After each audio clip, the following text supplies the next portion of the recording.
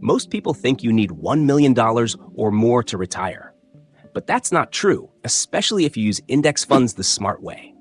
In this video, I'll show you the smallest amount you actually need and a strategy to get there faster than most realize. How little do you really need to retire with index funds? Why do so many people overestimate that number by hundreds of thousands of dollars? And what's the smartest strategy to retire early, even if you're starting late? In this video, I'll answer all three. You'll see the real math, the most efficient ETFs to build wealth, and the safest withdrawal plans. And in the final section, I'll reveal the fastest retirement strategy with index funds that almost no one talks about, but could save you years. Let's break the myth. You don't need to be rich to retire. You just need to invest smarter. Most people think of retirement like climbing a mountain that only millionaires can reach. But index funds flip that idea on its head.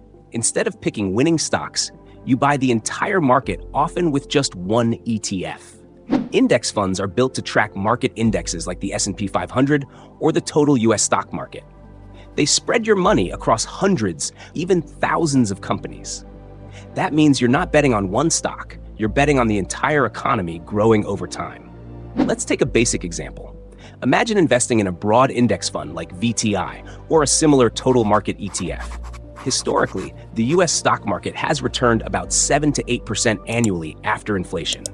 That may not sound crazy high, but the magic happens over time. With compound growth, your money starts earning interest, and then the interest earns interest.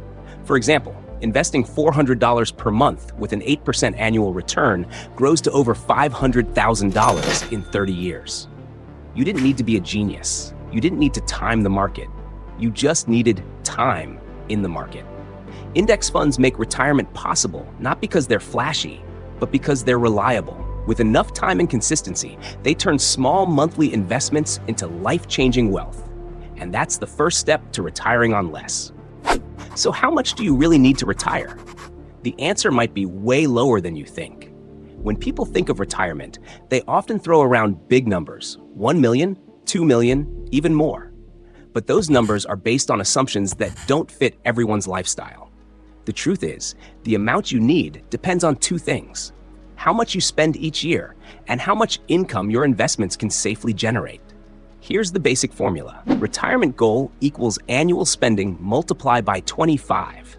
That's based on the 4% rule, which says you can safely withdraw 4% of your portfolio each year without running out of money over a 30-year retirement. So if you can live on $25,000 per year, you only need $625,000 to retire. If you can live on $20,000 per year, that number drops to just $500,000. Now here's where index funds come in. Let's say you invest $400 per month into a low-cost S&P 500 ETF like VOO or VTI. With an 8% annual return, you'll cross $500,000 in 30 years. But if you invest more aggressively, say $600 per month, you'll reach $500,000 in just 24 years instead of 30. That's 6 years of your life back. And if you start earlier, compound growth gives you an even bigger edge.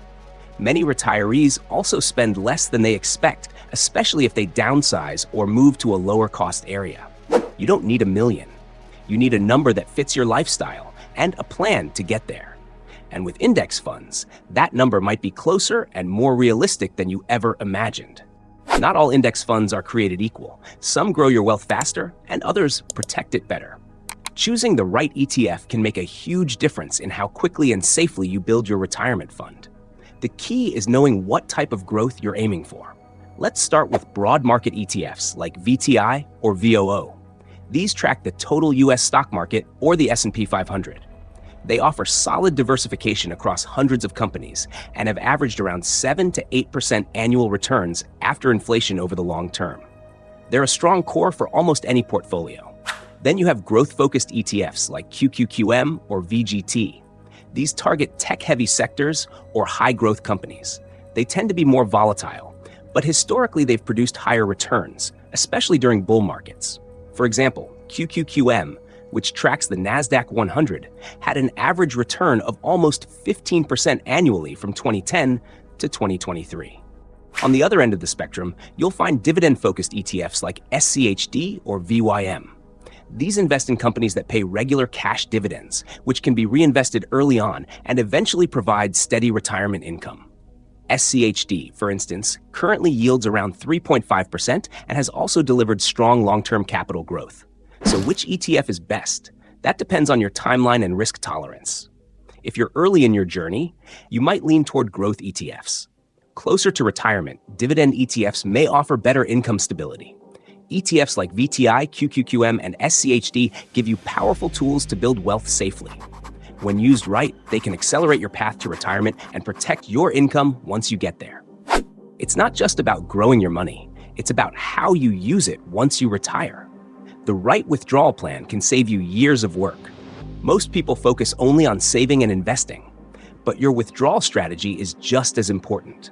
Pulling money out the wrong way can lead to running out of funds too early or paying more taxes than necessary. The most common rule is the 4% rule. It says you can safely withdraw 4% of your portfolio each year, adjusted for inflation, and expect your money to last 30 years. So with $500,000 saved, you'd start by withdrawing $20,000 per year.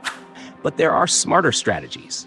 One is dynamic withdrawal, where you adjust how much you take out based on market performance. In bad years, you withdraw less. In good years, a little more. This flexibility can stretch your money longer, especially during recessions. Another is the bucket strategy. You divide your savings into 3 buckets: cash for short-term needs, 1 to 2 years, bonds for medium-term stability, stocks for long-term growth. This method helps you avoid selling stocks when the market is down. And if you're using dividend ETFs like SCHD or VYM, you might not need to sell anything at all.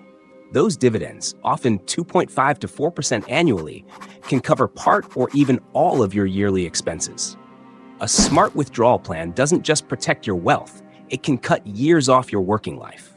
By combining index fund growth with strategic withdrawals, you make your money work longer, so you don't have to. Even the best investing plan can fall apart if you make these mistakes, and most people don't even see them coming. You could be investing in the right ETFs, saving consistently, and still fall short of retirement if you're not careful with the big picture.